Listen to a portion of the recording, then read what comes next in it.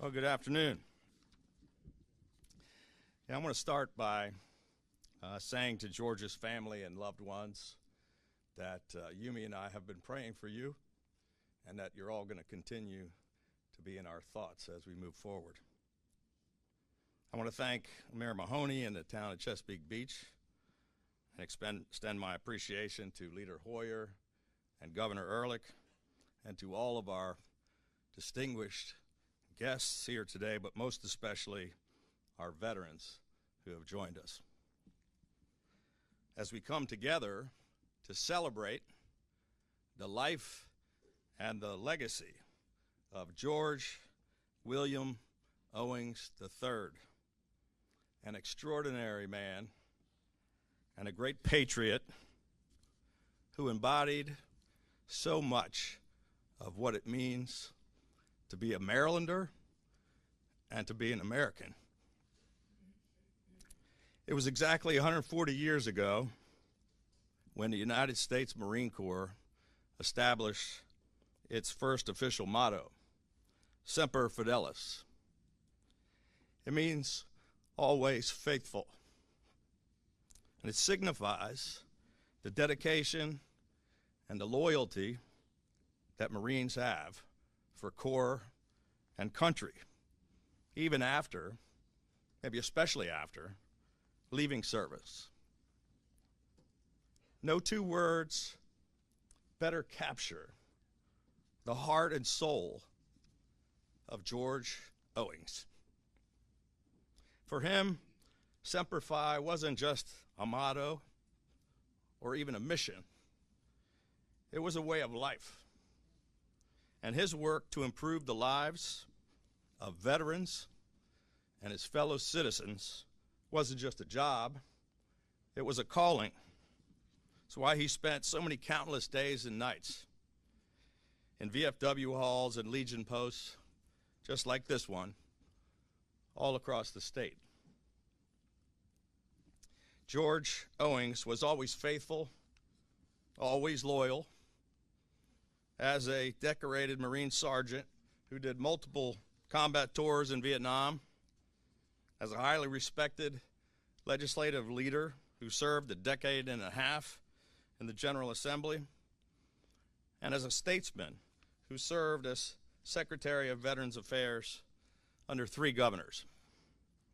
All told, his time in the military and in public service spanned the course of 6 decades and touched countless lives. Not bad for a beach kid.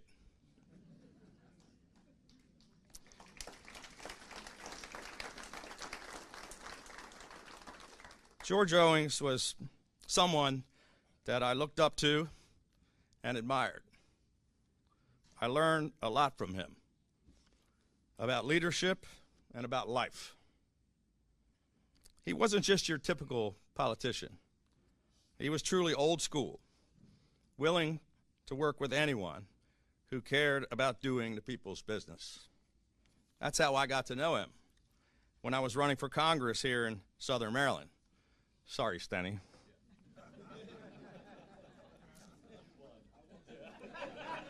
Stenny said I won. So, but even though George was a lifelong Democrat and a friend of the incumbent congressman, he was always welcoming and friendly. He was willing to introduce me to people all around Calvert County and to bring me up to speed on issues important to Southern Maryland and to the veterans.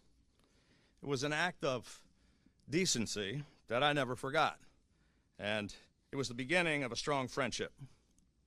22 years later, after we had served alongside one another in Governor Ehrlich's cabinet, when I launched my unlikely underdog campaign for governor, George was one of the very first people who showed up and offered to help. If Democrats for Hogan had a founding father, it was George Owings. When it came time to form my cabinet and pick a Secretary of Veterans Affairs, George was once again ready, willing, and able to serve. And he jumped right back into the job as only he could.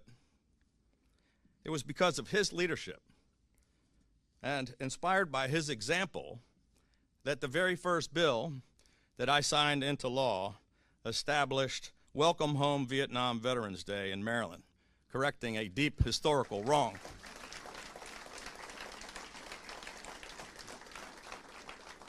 But make no mistake, George wanted veterans to get more than just recognition and appreciation. He wanted to ensure that they had access to the resources, the services, and the care that they had earned. He fought for all of it, never wavering, including through a once-in-a-century global pandemic. George was especially dedicated to improving veteran cemeteries and ensuring that each and every one of our heroes would receive a burial worthy of their service. And just last year, I was proud to dedicate the new expanded facilities not far from here at Cheltenham as part of an initiative that was really near and dear to George's heart. I will forever be grateful that George was able to serve every day of our administration, always faithful, always loyal.